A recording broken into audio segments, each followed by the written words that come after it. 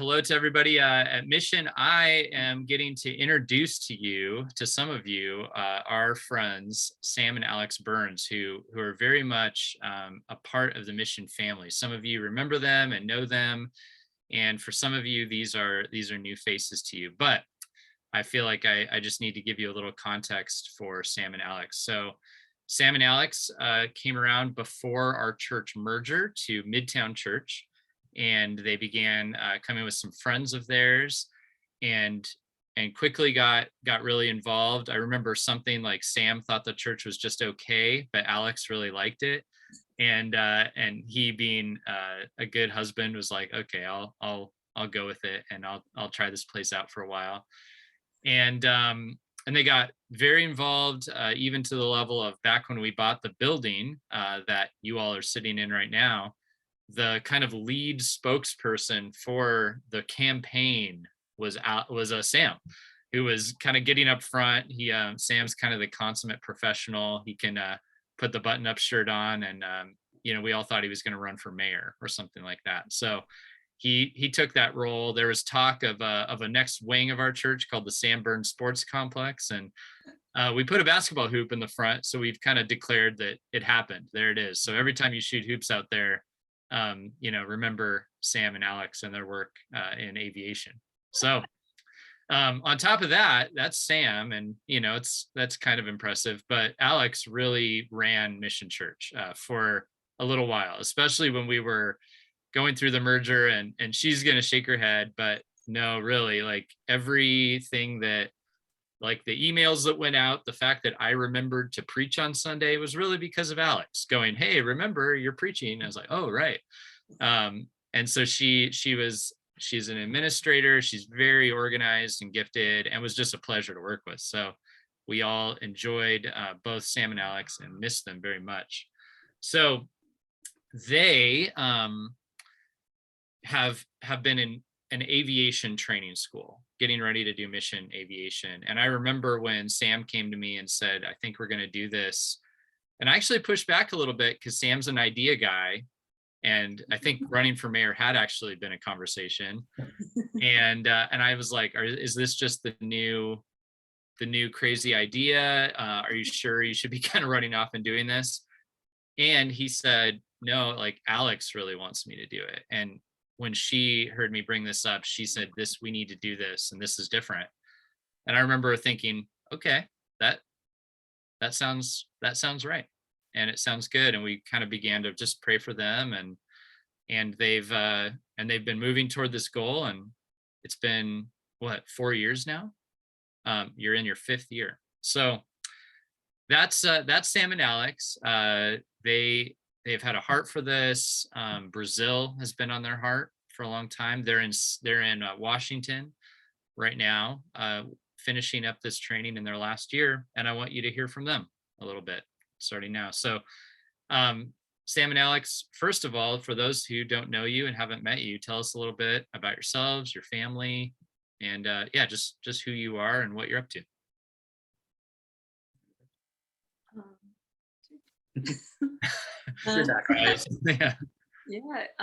So a little bit about myself. I've actually felt called to mission since I was in high school, when I was 14 years old. And so this has been a very long journey, but very cool how God has weaved it all together. And let's see, I met Sam right before we came to mission. We got married, and then we have 2 kids. This is our youngest, Isabella, and Selah is at school. She's 5 years old. And right now I'm just mostly stay-at-home mom, but also doing like a side leather work business, and then some ministry stuff up here with Sam's school. So yeah, that's right. And where do we buy this leather work? And these this cool leather work. It's actually on our mission website, in the store at samandalex.com. Yeah. And that's Alyx with the Y. And then you just, to drop down, there's a store there that you could look at the stuff. So yeah, there's one way to support them right there, right? Is to support you guys is to buy Alyx's creations. So I forgot about that. And then I'm Sam. I went to the University of Arizona after high school and got a degree in business administration and was working in business in Arizona, in Tucson, in a hospice company. Also had a private duty in-home care service as well that we had. And it was a family business.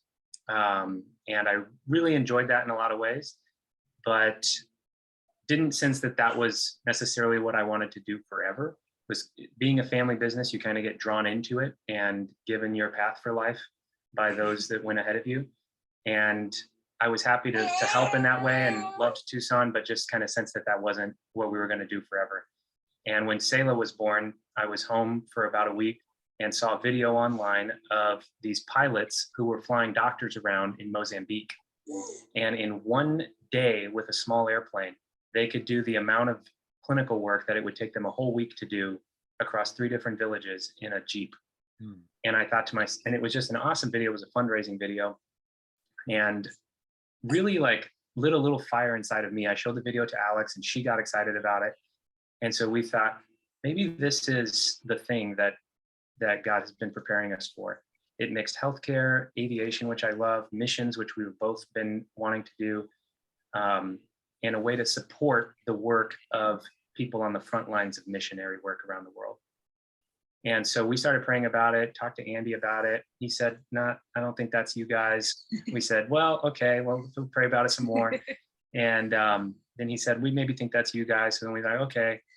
And it took a year of just thinking about how do we do that. And I thought it would be a 90-day process. And turns out it's more of like a 7-year process. And that was kind of the first big hurdle of like, okay, do we really want to do this? You know, you can't do this by the seat of your pants. You got to really invest time and money. And we decided to go for it. And now I'm at Moody Aviation up in Spokane, Washington. It's the #1 school for training missionary pilots. They train us in theology, aviation, and mechanics so that we can work on the planes when we get overseas. And it's just an amazing space of like-minded people who want to go out and serve the missionaries who are actually on the front lines. The pilots get people to the front lines, but it's the people that we carry that I think are the real hardcore heroes that go out there and live, you know, in these isolated places. And we just have a passion to serve those people and to minister to them. And that's kind of, you know, what got us going down this road. Yeah. No, this is great. And actually I want to kind of skip right to the what's next in this plan for you. I believe you know where you're going to head after you're done, right? Yep. And yeah, and so tell us about that, like where you are in the program right now and what's next. Yeah, shortly, I'm in my 5th year of the 5-year program. We've got about half a year and a little more than half a year left of aviation training. And then we want to go to Brazil. Shortly after we moved here, we heard about this organization in the Amazon that was just getting started. They have 2 planes. One's a seaplane, another's a longer range plane. And it's right here in Manaus, Brazil. And this is all the Amazon here. And Manaus is a city of 2 million people landlocked by the jungle. There's one highway that comes in and out, and it turns into a dirt road shortly after you leave the city. Hmm. So mostly you get around by riverboats or airplanes. And they also have a counseling ministry. And so their whole mission is to support the people who work in the interior of the Amazon. The Amazon has one of the highest suicide rates for pastors in the whole world because of the challenge that it is to work and serve those communities there. You're isolated, there's a spiritual darkness, it's incredibly hard to get around, it's really hard on families. And so to be able to come alongside them with a home base of counseling and logistical support for transportation is huge. And we just really caught a burden for these people and for working with that group. So when I graduate, we'll have about a year after graduation next summer of fundraising, which we're already doing, some advanced training to prepare for the actual field orientation, and a technical evaluation to make sure that we actually are who we say we are and can actually fly a plane like we say we can.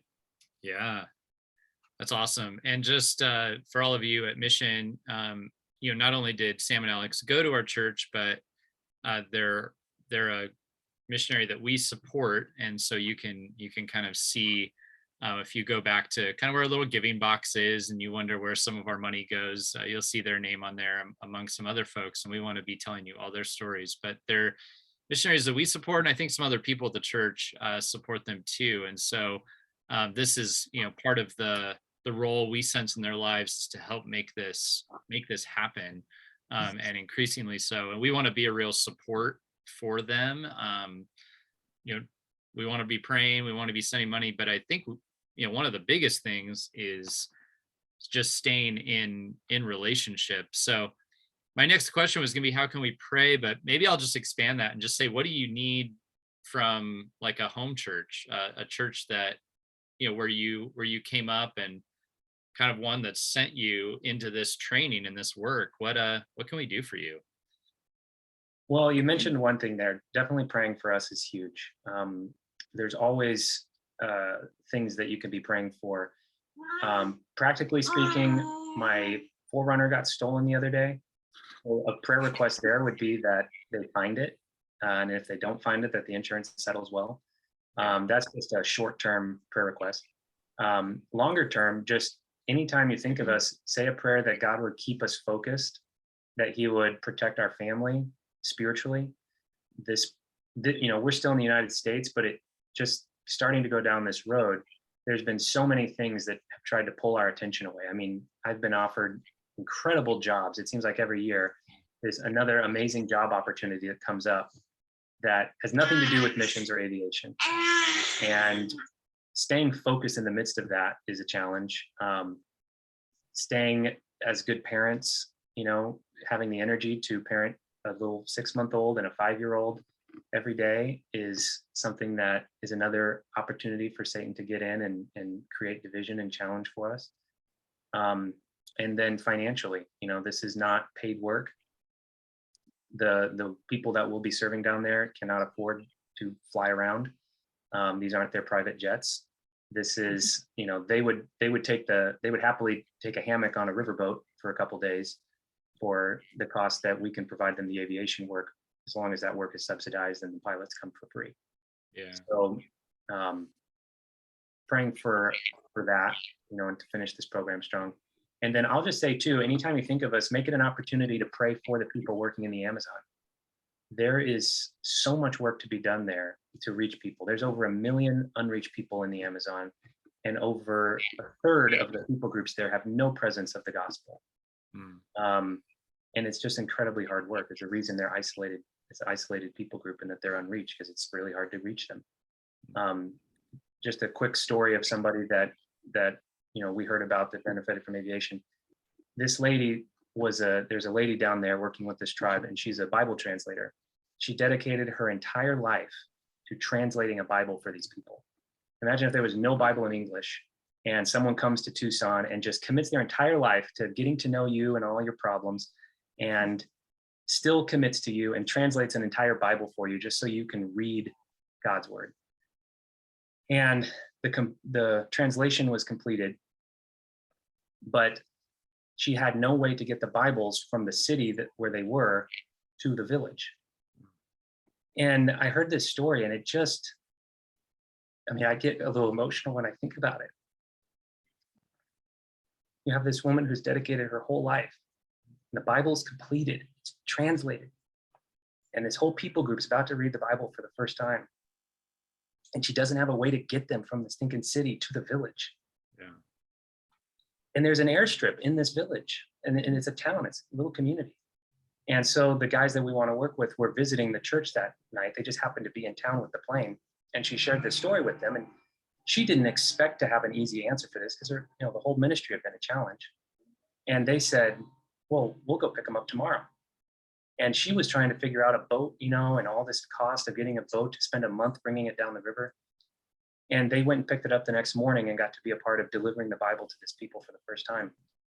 And it was just awakened me to how unaware we are of what's going on around the world sometimes. Even me, I'm in this world, and I don't even hear about this stuff. And I just think, if you had told any single church in America of this story, they would have rallied and figured out a way to get this done quickly.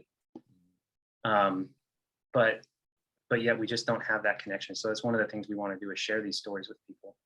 And it's one of our motivating factors for doing this work, is to be able to be there on the ground and say, we'll go pick the Bibles up tomorrow, or we'll come get your sick kid and get him out of there tonight. Mm.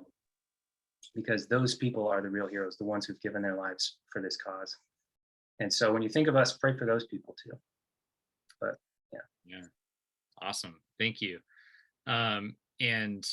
And that story is great. It's got me, I thank you for that. It's just helpful to kind of remember the basic, these needs aren't necessarily enormously complex. They can be, but like there are simple solutions to very like deep and meaningful spiritual things sometimes. And so we can forget how important it is to have somebody who knows how to fly a plane in the area, and there's a plane available, and just how big of a change that can offer, especially when that person loves the gospel and wants to help. And we know that's you too, I think, to a T. Like, you love the gospel and you want to help, and your willingness to serve has been evident at our church over the years. And I think I see it driving you too, into this next phase, into this ministry. So thank you. And I hope you're coming through Tucson at some point after this year, and we get to hang out. Yeah, And we'll be there around Christmas this year. Christmas this year. Sweet.